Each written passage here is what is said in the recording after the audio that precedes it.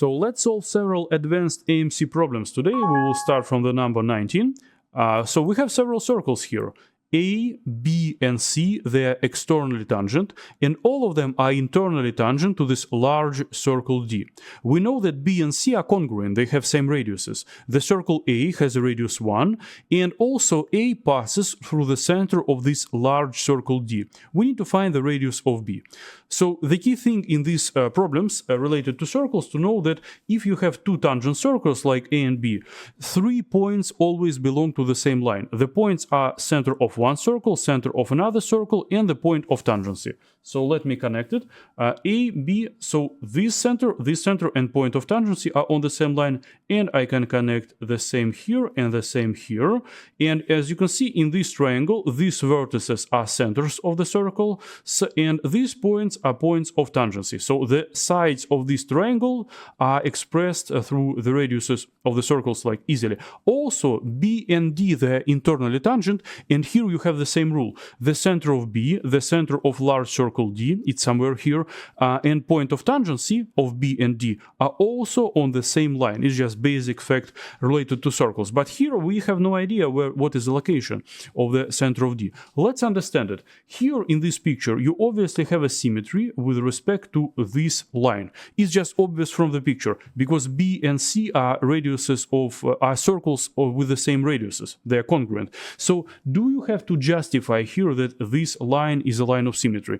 We are at AMC. No, you don't have to. When you solve AMC or AME problems, the goal here to get the right answer as fast as possible. And of course, you don't have to justify it because no one will read your justification. It's just nonsense because you need to come up to the right answer. The only thing that will be checked is that if you have a right answer or not. When you go to math competitions of other level, maybe higher level, in this case, you will have to justify everything. In this case, not. You see that the picture obviously has a line of symmetry and you use it for your own advantage. Of course, it will be a diameter of this big circle, and you can see that BC is obviously perpendicular to this diameter, so you will have several right triangles here. By the way, because the picture has a complete symmetry with respect to this line, it's obvious that you can use only one part of this picture. Really, this part is exactly the same as this part, so it doesn't make any sense to look even here. You can work even just with upper part of the picture. You won't get any additional information from symmetrical part. But okay, so we know that center of D of the big circle is located somewhere on this blue line. However, we know that this circle A also passes through the center of D. So center of D is on this circle and on this blue segment. So it means that here we have a location exactly as the center of this large circle. Let's mark it as T. So T, B, and this point are on the same line, so we can also connect it here. However, this one would be enough. And let's look what we have. We have that this one is on one hand the diameter of the circle A, but on the other hand it is the radius of the circle D. We know that A has a radius 1. It means that the radius of the big circle is 2. So let's mark it that it is 1, it is 1. What is this segment? This segment is 1. So we need to find the radius of this circle. Well, where this radius is present here? It's present here, here, and here. So let's mark it as x because we need to find it. We introduce variable x, and here we also have like a lot of x's. So what we have here, we would like to use maybe some Pythagorean theorem to get an equation for x. Usually when you solve problems at AMC related to circles, it always narrows down to some Pythagorean theorem and right triangles in like 99% of cases. And here we have no exceptions. So here, for example, let's look at this small right triangle. What you know here? You know that this leg is x. What is this leg TB? TB, we don't know it exactly, but we know that this is a radius and this is x. So this is 2 and this is x. So TB equals 2 minus x. What is B? Let's call it M. BM equals x. So TM is another leg and it would be great if we could express Tm through x. In this case, we would write the Pythagorean theorem for this triangle, and it would be an equation for x. We would solve it, and we would get our solution. However, it's not the case, and we can only write that Tm is the square root of Tb squared, hypotenuse squared, minus this leg Bm squared. So at least we can express Tm through x. Let's do it right away. So if you write it here, it will be square root 2 minus x squared minus x squared. And eventually it comes down to 4 minus 4x, because x squared cancels out. So we know Tm. Let's look what else we have. We obviously have this larger right triangle. And here, what we have? We have a hypotenuse, 1 plus x, 1 plus x. We have this leg x, and we also have this am. This leg is 1 plus Tm. And you can notice that in this larger right triangle, every side is expressed through x. And here, if you apply Pythagorean theorem, you will have obviously an equation for x, which you can solve and find x. So here, ab squared, let's write it, that ab squared equals bm squared plus am squared. Plus am squared. So ab is 1 plus x, so it means that 1 plus x squared on the left side. Bm is x, so it's x squared, plus what is am? Am is 1 plus Tm. So it will be 1 plus, but what is Tm is this square root. So it will be 1 plus square root of 4 minus 4x, and all of that squared. And it is the equation that you get for x, so our goal is to solve it. Let's work with the left side. It will be 1 plus x squared plus 2x. On the right side, x squared plus square of 1, 1 plus square of this one, 4 minus 4x, plus double product 2, 4 minus 4x. Great. So here x squared cancels out, 1 cancels out, and it makes a lot of sense to take all of that and bring it to the left side. So what will you have on the left side? You will have 6x minus 4 equals 6x minus 4 equals 2 square root of 4 minus 4x. And here, of course, you divide both sides by 2.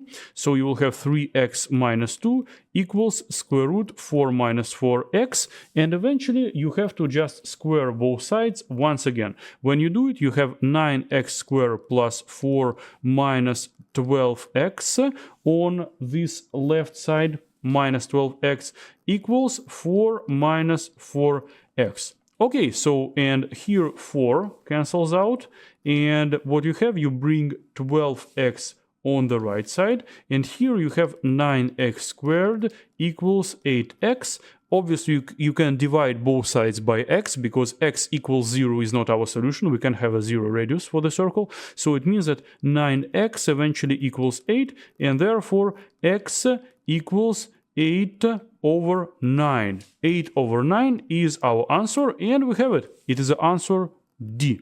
Perfect. So this problem is solved. Let's go to the next one. Okay, let's solve 21. As you can see, it is related to infinite sum. So let's look at this problem. You have sum like this equals 5. You need to find the value of cosine of 2 theta. And here you have cosine theta in raised to some powers. So when you have sums, it's very important to understand precisely how it looks in real life. So here, when n equals 0, it is to the power of 0. So the first summand equals 1. The next one will be cosine square theta. The next one will be cosine theta to the power of 4. The next one will be cosine theta to the power of 6, and so on. Obviously, you recognize that it is like the sum of geometric segments. It looks like this. 1, the next term is cosine square theta, so each next term is the previous one multiplied by cosine square theta. So this ratio for geometric series here equals cosine square theta. Do you remember the sum of geometric series? What is the formula? If you have like sequence like this, b1 is the first term, the next one is b1 multiplied by q, the next one is b1 multiplied by q squared, and so on. So you have, for example, several first terms here. For example, these are n terms, and if you want to calculate the sum of these terms, the formula is b1, 1 minus q to the power of n, divided by 1 minus q. So what is infinite sum of this geometric sequence? It makes sense only in one case, when this q, this ratio, has absolute value that is less than 1. You see here, when you look for the large sums, of first n numbers, the large, I mean when the n is a large number, this one is 0, because this one is less than 1. If you take number with absolute value less than 1, and if you raise it to like big natural power n, this one becomes 0. I just explained it in a very simple manner. So if for large numbers n, the sum of first n terms will be simply b1 times 1 minus q. And this infinite sum, when n goes to infinity, will be simply equal b1 over 1 minus q. It's just a simple explanation for the school without any limits and so on. So this infinite sum makes sense only when this multiplication factor, this ratio, has absolute value less than 1. Well, let's check.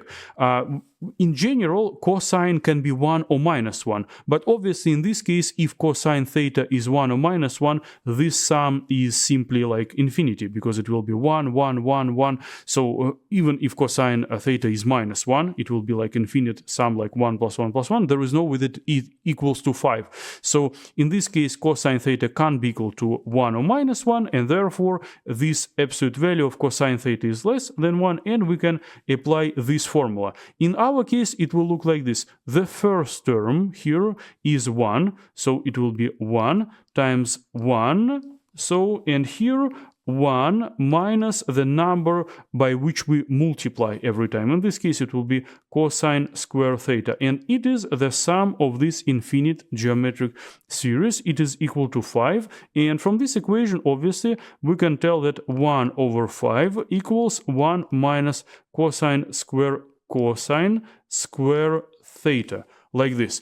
And after that, you find that cosine square theta equals 4 over 5.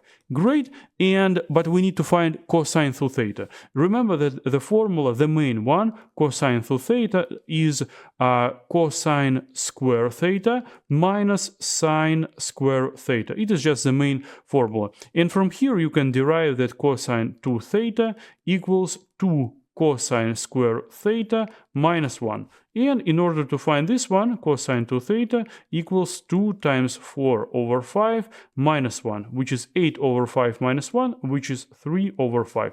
And it is your final answer. 3 over 5 is again number D. So this is it. Let's go to the next problem. Okay, let's solve geometry. The final problem for today is number 22. So we have here 3 mutually tangent spheres of radius 1 rest on a horizontal plane. Let's make a picture. We draw a horizontal plane here, like this, and we have 3 mutually tangent spheres. So let's make a picture like one sphere rests on a plane, and it is tangent to some other sphere that rests on a plane, and it is also tangent to another one that is rests on a plane. So these are 3 points of tangency of the spheres and the plane because they rest on a horizontal plane. And what about centers? We know that for tangent spheres there is the same thing that for the tangent circles. Center of the sphere, center of another sphere, and point of tangency are on the same line, right? So this triangle, if we connect centers of the spheres, it has sides, radius of one sphere plus radius of another sphere, right? Because it passes through the points of tangency. So it is equilateral triangle, and each side of this triangle is simply 2, because the radius of each sphere is 1. And how it's located? Obviously, it's on the distance 1 from this plane, because the spheres, they are on this plane on the distance 1. So we have a triangle like this, equilateral, on the distance 1 from this plane. Next, a sphere of radius 2 rests on them. So on them there is another sphere of radius 2. So the larger one, 2, let me make it really larger one. So It is like a big sphere on them. And of course, it is tangent to each of these spheres. And the same thing is true.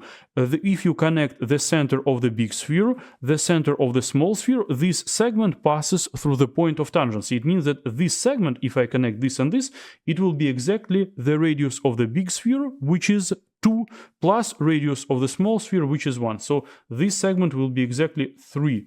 So this is 3. If I connect this and this, it is also 3. And if I connect this and this, it is also 3. So here we have like a perfect pyramid. What we need to find? We need to find the distance from the plane to the top of the larger sphere. The distance from the plane to the top of the larger sphere. Well, from this picture, the next thing is obvious. This distance that we are looking for from the plane to this point consists of 3 portions. This portion is from the top of the pyramid to the top of the sphere. It is obviously the radius 2 of this large sphere. Another distance on the bottom, it's from the plane to the base of this pyramid, 1.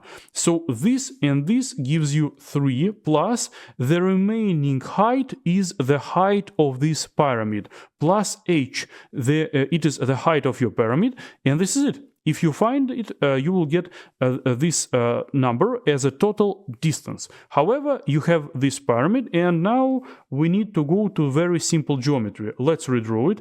On the base, we have a triangle with sides 2. So let me redraw it pretty close to what we see in this picture. So here we have a triangle. Each side is 2. And here we have a point on the top, and all these distances are exactly 3, right? Okay, so let's mark what we have: 2, 2, 2, and here we have 3, 3, 3. We need to find this altitude. Well, from the basics of geometry, everything here is symmetric.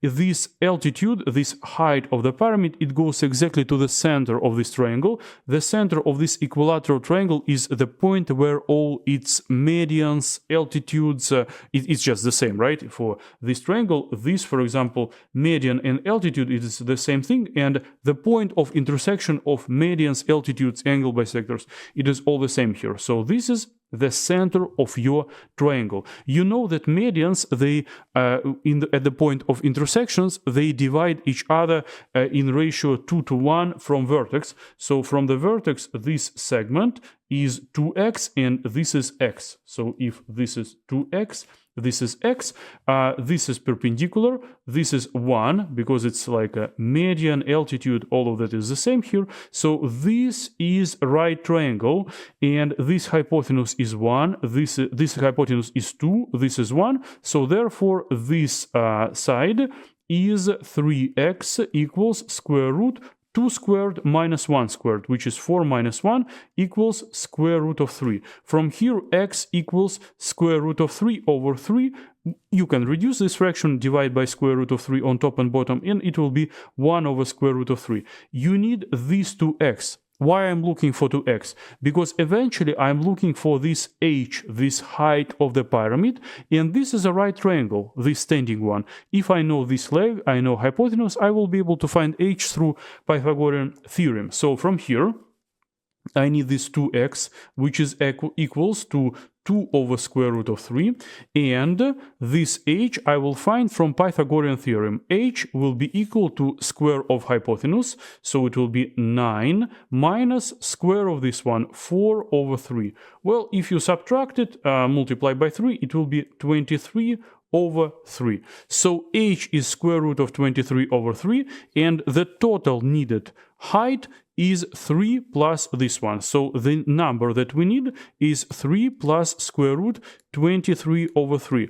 Let's look what we have here. We have here several options with 3, so 2 of these do not work for us. Which of these options really is our option? You can notice pretty quickly that B works for us, because here you have square root of 3 on the bottom. You can rewrite this number as square root of 23 over square root of 3, and if you want to get 3 on the bottom, you simply multiply by square root of 3 by square root of 3, here numerator and denominator, and eventually you will have here on the top 69, square root of 69, and here you will get just simply 3. So from this one you can easily get this one, and therefore B is the correct option. It's a very typical thing at AMC problems that when you got the answer, your answer is completely correct. Here your answer is completely correct, however it doesn't look very similar to the answers that you have, so you have to a little bit work with the numbers, maybe to simplify it, maybe to just to change something to understand which of these options is actually your number, and here is the option number B. Okay, so this is it.